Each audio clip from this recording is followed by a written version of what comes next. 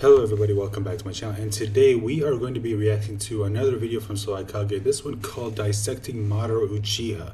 Now, Swagkage has in the past, if you follow him, you'll know that he has said in the past that he's a really big fan of Madara Uchiha, so I'm really looking forward to seeing what his opinions are on this character, basically based on the title of the video. So let's go ahead and watch the video. Let's just full screen it and just check the volume.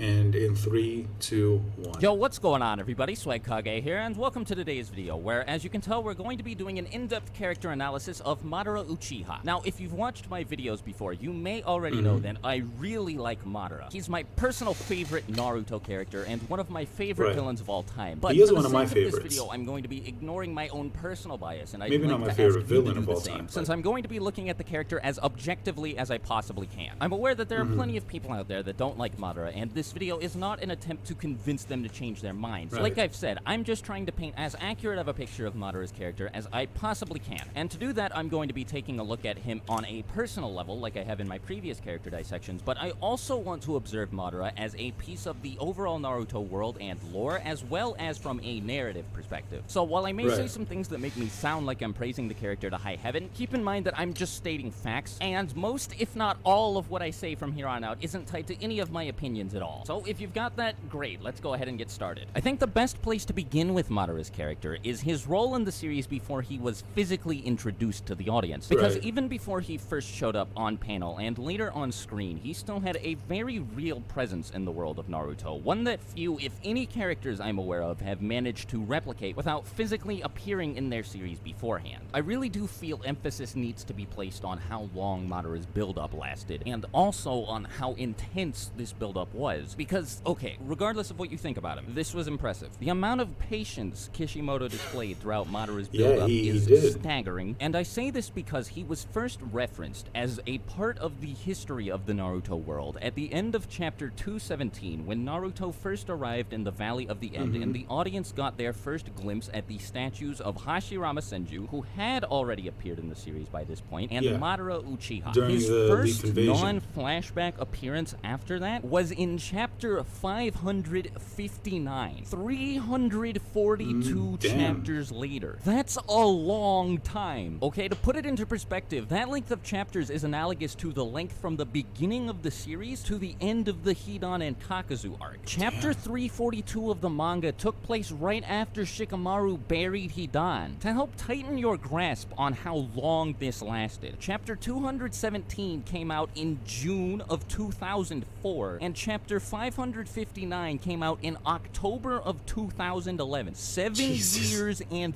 4 months later. Regardless of what you think of Madara, it is impossible to avoid acknowledging how thoroughly Kishimoto established him before he finally put him in the manga. Whether you think his buildup is good or bad is up to you, but it still gave him an overwhelming sense of presence. Again, even before his first appearance. And I thought he did a good job of establishing. Do you know what other characters can you name who got hyped up for 7.5 whole entire real life years before their debut? I'm not saying that this is an inherently good or bad thing, but it's just important to keep in mind that one of the most... If I could come up with at least one example, just off the top of my mind, I would say the only example I could kind of think of now was what Oda did in One Piece.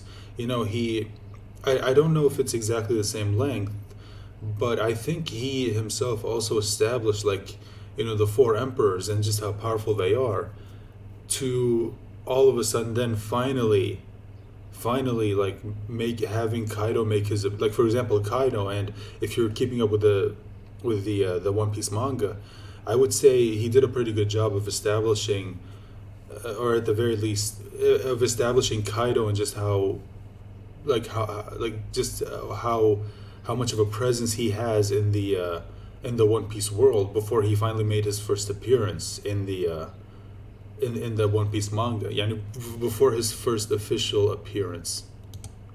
prominent aspects of Madara's character is his overwhelming importance as a historic figure and just as a member of Naruto's cast. In the 342 chapters between the first appearance of this statue and the first appearance of Madara himself, Madara was consistently mentioned by a whole bunch of different characters in a variety of different situations, from Kurama to Itachi to Jiraiya to Minato, and Obito even claimed to be Madara for a good chunk of these chapters. And this was a claim that left pretty much anybody who knew who Madara was pretty shook, which, along with many of the other references to Madara present throughout these chapters, did a really good job solidifying just how important and powerful he was. Now, because of all of this build-up, Madara was practically set up from day one to be ridiculously powerful. As somebody who everyone knew about and who everyone was afraid of, someone who could allegedly fight on par with the first Hokage and had a statue in the Valley of the End, which he supposedly helped create just through the collateral damage of his battle with Hashirama, it seems he was set up from the very beginning to be the final boss. But while all this build-up did make it easier to swallow his crazy powers and all of the stuff he was capable of doing, it came at the cost of making everybody at least temporarily forget that Madara was a human being and more than just a really powerful shinobi. Kishimoto's habit of exploring the pasts of his characters through flashbacks did fix this, however, as it gave the audience a pretty clear look into the past of not only Madara, but Hashirama, Tobirama, and a whole lot of other people born during the Warring States period as well. Not only did this flesh out Madara's motives and make him feel more like a human being, but it also made him into a cornerstone for the vast expansion of Naruto's lore, as thanks to this look into his past, the audience also received a look into a completely different time period in Naruto's history, the Warring States period. Furthermore, Madara's immense amount of influence and the vast amount of ways that he affected the world around him inevitably linked him to the lives of many of Naruto's other key characters, particularly Obito. And all of these connections that Madara had not only made him feel important, but also made the Naruto world in general feel much larger. But I'll get back to that a little bit more in a bit. For now, let's talk about him as a person, and how he ended up developing into the supervillain we see at the end of the series, who is determined to, as he says, turn the world from hell into heaven. Now, since Madara doesn't speak very heavily about his personal life, at least aside from his confrontations with Hashirama, as a viewer you can assume that he's gotten over his past, or at least is able to detach himself from it, unlike, for instance, Nagato and Obito, without losing what he took away from everything that happened to him. That being that the world is a terrible place, a point of view that drives Madara to do whatever he can to make the world better, which of course eventually leads him to discovering the infinite Tsukuyomi, the basis of the Eye of the Moon plan. But let's back up a bit and start talking about what it was in Madara's past that he was so bitter about to begin with. Now, if you paid close attention to Madara, you don't really need me to explain this, since a child born into the Warring States period, I mean, it's self-explanatory why Madara wouldn't be the happiest person, especially as an Uchiha after coming out of that. The Warring States period was one of the bloodiest, most violent eras in Naruto's history, like to the extent that the average lifespan of a shinobi was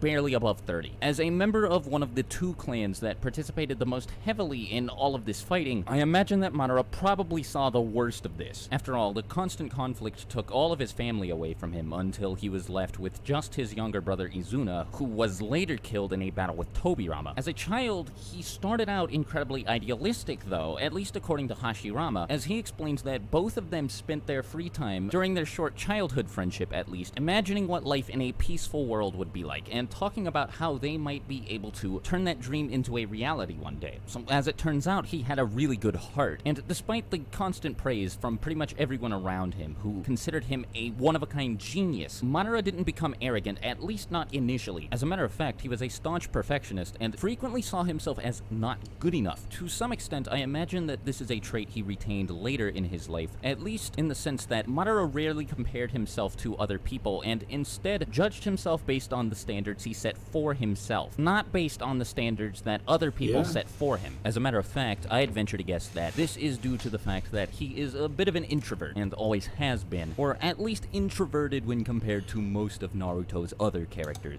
And that's true, because and this is actually the thing that I find very, very interesting, because Like we see this even a little bit in Sasuke. Now I don't know if this has anything to do with the fact that they're both reincarnates of Indra, but I do find it very, very interesting that we do see a lot of similarities between Madara and Sasuke. Like just like he said, like Madara is someone who is constantly comparing. Like the only difference I would say is Madara constantly compared himself to like himself. Like he always thought that he wasn't good enough, but that's because he was constantly like being, kind of hard on himself. Whereas with Sasuke, he was always comparing himself to other people, never really seeing the progress that he made.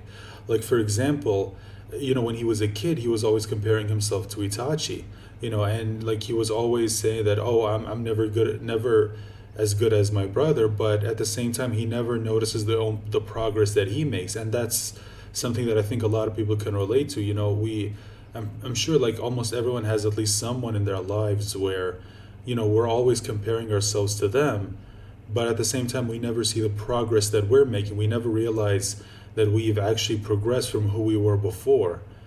And I think after Itachi, like, killed everyone, after the Uchiha clan massacre, like that person in Sasuke's life that he was constantly comparing himself to went from being Itachi to Naruto. Even though at the beginning he was like ahead of Naruto by a mile, the second Naruto started showing a lot of progress, he kept comparing himself to Naruto again, not noticing the progress that he made. And I just thought that was very interesting because again, you could see a lot of similarities between him and between Madara and Sasuke. While sometimes that did lead him to compare himself to other people, like when he competed to be stronger than his brother Izuna, or when he constantly fought to become stronger than Hashirama, I think it's safe to say that Madara did this for the sake of self-fulfillment and feeling like he could protect his family, not for the sake of saying he was better than everybody else. Anyway, a lot of what caused Madara to become the jaded supervillain we see him as at the end of the series is due to some pretty deep-rooted and complex history between the Uchiha clan and the Senju, but let's just say that the rivalry between the Uchiha and Senju was very detrimental to Madara's life. It initially dissolved his friendship with Hashirama after the two found out the clan that they each hailed from, and it also led to him feeling like both he and his clan were being persecuted after the foundation of the Hidden Leaf Village. Oh yeah, and also let's not forget that it was this clan rivalry that led to his entire family being wiped out as well. I mean, yeah, I think you get the idea. Now, to say that this was the only thing that contributed to Madara's transition wouldn't be entirely accurate, but it was one of the things that drove him away from the Hidden Leaf Village and led him to become its first rogue ninja. Of course, there was a whole lot more that led to Madara's change in personality than just all of this, but for the sake of simplicity, let me just say that Madara was a product of the circumstances that he was born into. He really did have a good heart and was only driven to get stronger for the sake of protecting those close to him and preventing his life from getting any more bleak than it already was. And yet, despite the fact that he was one of the most powerful shinobi of his age, with more influence than practically anybody he knew save Hashirama and maybe Tobirama, Madara found himself completely helpless to do anything to keep both his life and the lives of his kin from getting any worse. He constantly saw the worst humanity had to offer, and he consistently found himself unable to do anything about it. This took Madara from the idealistic child that he once was, who initially hoped that he and Hashirama could find a nice, peaceful solution to the problem of war that they had been facing for all of their lives, to a detached, bitter, jaded, cynic, and pessimist who was convinced that any solution that was less... That's the thing is that that was sort of what was so interesting about Naruto, and especially its characters, is that a lot of them are like victims of the circumstances that they were born in, and that's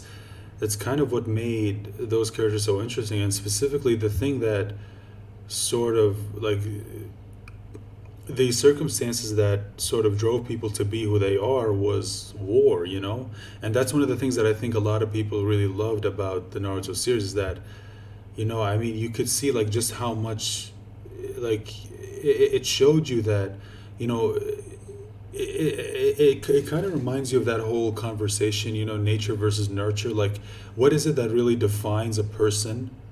Is it are people just naturally, like, are some people just naturally born evil, or do they become that way because of the circumstances that they were born in? Now, I do believe that some people, yes, are just like, they're just naturally not good people. that's just who they are. But at the same time, I do think that a lot of them are victims of, the circumstances that they were born in, or the circumstances of the place where they were born and raised. Like, for example, there are, like, how many good people have, when they grew up, they turned into just these completely horrible people because they grew up in just this horrible place. Like, how many people have become jaded because they grew up in a household where, let's say, they were constantly abused. I mean, it's just, I think that's, again, kind of why so many people love the Naruto series, is that, like, you look at the characters and it's kind of depressing because, they all, like, they never start off being bad people. Well, most of them, like, obviously some of them were bad even before then, but a lot of them didn't start out bad. They became that way because of the time that they're living in, and it kind of sucks. And Madara was definitely one of them. Than entirely absolute wouldn't be enough to pull the world out of the sorry state it was in, and from his point of view would be in forever. This is what led Madara to create and pursue the Eye of the Moon plan, and his background is also what led him to use such extreme means to make sure the plan came to fruition. He was used to having to kill other people in pursuit of a goal, for example, so I can understand why he has no issues with killing people in the pursuit of the completion of the Eye of the Moon plan. I think Madara's helplessness, which was still present despite the fact that he was incredibly capable and also incredibly driven to make the world a better place, eventually led Madara to believe that the only way to eliminate conflict from the world was to use something as extreme as a jutsu that would also eliminate free will. I mean, he really did constantly get the short end of the stick and almost never got what he wanted. So put in a position where you constantly get beat down and frequently see those around you suffering the consequences, I can imagine jumping to such a foregone conclusion and feeling like there is absolutely no way to achieve a goal as huge as the elimination of all conflict without using extreme methods. I think he saw the infinite Tsukuyomi as a last resort, but also as his only option. And he truly believed that fulfilling the Eye of the Moon plan was the right thing to do, but his twisted and broken point of view is what led him to pursue it so tirelessly and at the expense of pretty much everybody who opposed him. And also at the expense of Obito. Madara is a very complicated character to describe because, like a few of Naruto's other villains, he is what you could colloquially refer to as an anti-villain. A villain who is using not so nice means to achieve something they believe is for the greater good. Put more simply, a morally gray villain. But at the same time, he's jaded to such a ridiculous extent that it's almost impossible to see him as a good guy just because of how bent and twisted his sense of right and wrong is. But I think that's where part of the charm of his character comes from, because he's more than aware of the fact that people are going to disagree with him due to constantly dealing with the squabbles between the Uchiha and the Senju, and just by the very nature of the Eye of the Moon plan. And after even his own clan turned against him when all he was trying to do was protect them, I think Madara was able to fully detach himself from reality, and thanks in part to his introverted nature, completely ignore the thoughts of others in pursuit of the completion of the Eye of the Moon plan. I think it was the fact that he had the mindset and the outlook of a villain, the intelligence to justify his cynicism, but the same inherent naive stubbornness and unwillingness to give up present in somebody like Naruto that made Madara one of the most dangerous characters in the series and one of its most effective villains. Anyway, hope you guys enjoyed this character dissection. I've been meaning to get to it for a while, but I've been putting it off because I didn't want it to be bad, and I wanted to make sure I spent quite a bit of time thinking about it. Now, I didn't get as much time to work on this as I would have liked to because I've been very busy recently, but hopefully the video still turned out good. If you liked it, make sure to leave a like on the video, and if you're new here, maybe consider subscribing to get updates when I post new content. And if you have any ideas for future video topics you want me to cover, or future characters you want me to dissect, leave them in the comments below. And if I see anything I like, I'll definitely add it to my list of future videos. But until my next video, I hope you guys have a fantastic day, and I'll talk to you later. Swagkage out. Bye.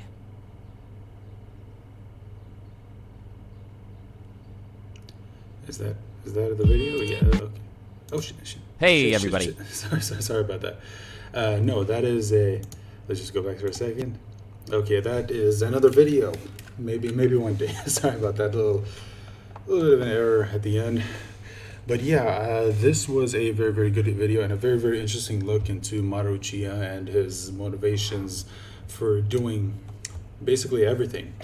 And again, it's very, very interesting. Once again, I know that, again, like he said, Madara is probably not everyone's favorite villain, But I do really, really like the character, and for me, he is, to this day, I still don't think he's my favorite villain. I still think that spot goes to Pain. I freaking love how Kishimoto wrote that character. Madara is second. I still haven't decided who comes after that. But yeah, Madara Uchiha, fantastically written character. And to me, it once again reminds me that even though, when the during the days when Madara showed up and when in the official story and when Kishimoto decided to go into his character, while I absolutely loved all of that, it did kind of suck. It came at the heels of an arc that wasn't really all that well thought out, if I'm being honest. Like, again, in one of the videos we already reacted to, in the video that Swagkage made talking about what he would do to try to fix the war arc, we did kind of already talked about how, the vision for that Kishimoto had for the war arc was good, but it's just like when you really look at it, you realize that there are a lot of problems. It has a lot of issues, but that doesn't mean it doesn't have its bright spots, and Madara Uchiha was definitely one of them. So I'm going to end this video right here, guys. Let me know your thoughts in the comment section down below, and remember to leave a like, share the video, subscribe, hit the bell icon, all that stuff you already know how to do, and I hope to talk to you soon. Bye for now.